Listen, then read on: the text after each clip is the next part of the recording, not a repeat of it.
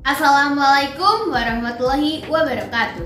Puji bersyukur marilah kita panjatkan kehadirat Allah SWT yang mana telah memberikan kita semua kesehatan dan semoga kita selalu dalam lindungannya. Amin ya rabbal alamin. Halo, perkenalkan nama saya Nurinda. Saya dari sekelas IPA 8 absen 28. Di sini saya akan menyampaikan materi bahasa Indonesia tentang karya ilmiah. Apakah kalian beranggapan bahwa karya ilmiah itu yang ada ilmiah-ilmiahnya atau yang penelitiannya di lab? Untuk mengetahui lebih lanjut tentang karya ilmiah mulai dari pengertian, tujuan, ciri-ciri, jenis-jenis karya ilmiah, sampai strukturnya, mari kita bahas video ini ya.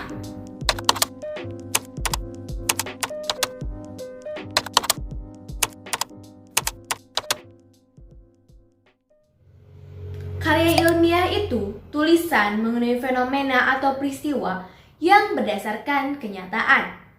Aspek yang diangkat bisa bersifat objektif dan faktual. Topiknya pun bisa bermacam-macam, seperti teknologi, seni, sains, budaya, bahkan psikologi. Biasanya karya ilmiah ditulis berdasarkan hasil observasi, hasil penelitian, atau hasil kamu baca-baca dari sumber lain yang terpercaya. Yang jelas, karya ilmiah isinya bisa dipertanggungjawabkan. Tujuan karya ilmiah diantaranya 1. Memecahkan masalah yang diteliti. Yang kedua, menambah wawasan bagi penulis ataupun pembaca. Yang ketiga, melatih kemampuan berpikir secara realistis maupun sistematis. Oke, sebelum kita mengetahui jenis-jenis karya ilmiah, kita harus tahu ciri-cirinya terlebih dahulu. Ciri-cirinya yang pertama, menggunakan bahasa baku sesuai dengan bahasa Indonesia. Yang kedua, tidak bermakna ganda atau denotasi, yaitu makna yang sebenarnya. Yang ketiga, tidak melibatkan perasaan penulis, sehingga karya ilmiah bersifat objektif. Yang keempat, menggunakan istilah yang sesuai dengan judul atau tema yang diangkat. Yang kelima, berkesinambungan antara satu bagian dengan bagian yang lain, dan tidak ada kalimat yang bertele-tele. Dilihat dari bentuk penyajiannya, karya ilmiah terbagi menjadi 3 jenis, formal, semi-formal, dan populer.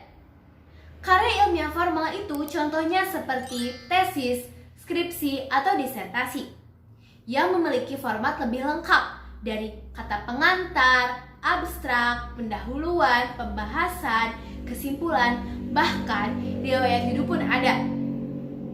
Kemudian yang kedua, karya ilmiah semi-formal.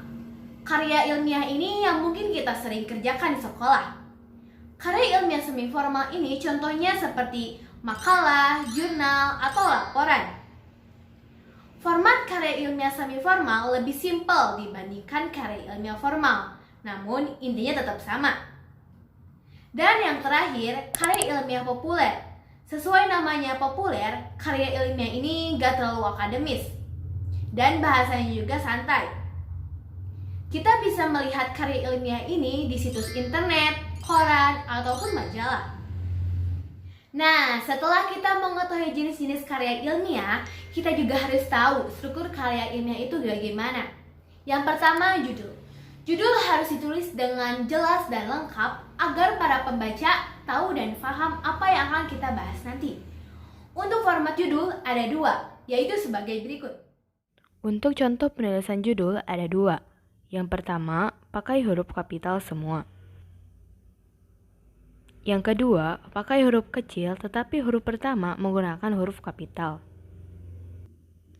Ingat, untuk kata depan, di, ke, atau pada tidak boleh menggunakan huruf kapital. Dan tidak perlu menggunakan tanda baca seperti titik atau koma. Yang kedua, pendahuluan. Pendahuluan biasanya mencakup latar belakang masalah, identifikasi masalah, pembatasan masalah, perumusan masalah, tujuan penelitian, dan manfaat penelitian. Yang ketiga, kerangka teoritis atau yang biasa kita sebut kajian pustaka atau landasan teori. Di kerangka teoritis, kamu harus menuliskan teori-teori yang berhubungan dengan topik yang dibahas. Di bagian ini, kamu harus mencantumkan penjabaran atau penjelasan tentang penelitian dengan topik yang mirip dan sudah pernah dilakukan oleh penulis sebelumnya. Ini berfungsi untuk mendukung penelitian kamu. Kerangka teoritis ini harus dikaji dahulu terhadap penelitian yang dilakukan penulis terdahulu. Sebaiknya, kata-kata diubah dan mencantumkan sumber agar tidak kena isu plagiasi. Yang keempat, metodologi penelitian. Jika karya tulis ilmiah hasil penelitian, maka harus mencantumkan metodologi penelitian, yaitu prosedur dari awal persiapan hingga pelaporan. Yang kelima, pembahasan. Bagian ini mendapatkan porsi penulisan paling banyak, karena apa yang ditulis di kerangka teoritis akan dibahas di sini. Data yang diperoleh akan diolah dan dibahas dari berbagai sudut pandang untuk memperkuat teori yang telah dikemukakan sebelumnya. Yang keenam, simpulan dan saran. Simpulan biasanya berisi pemaknaan dari awal hingga akhir yang ditulis secara singkat, padat, dan jelas. Dan saran biasanya berisi anjuran dari penulis untuk para pembaca. Dan yang terakhir, daftar pustaka. Daftar pustaka ini memuat semua kepustakaan karya ilmiah. Daftar pustaka ini wajib dicantumkan agar tidak dianggap sebagai karya yang plagiat. Oke semuanya, di video kali ini kita sudah belajar tentang pengertian karya ilmiah, tujuan karya ilmiah, ciri-ciri karya ilmiah, jenis-jenis karya ilmiah dari formal, semi-formal, sampai populer, dan juga kita sudah belajar tentang struktur karya ilmiah. Saran dari saya, apabila ingin membuat karya ilmiah, ingat karya ilmiah harus original dan harus sesuai dengan kaidah yang berlaku ya.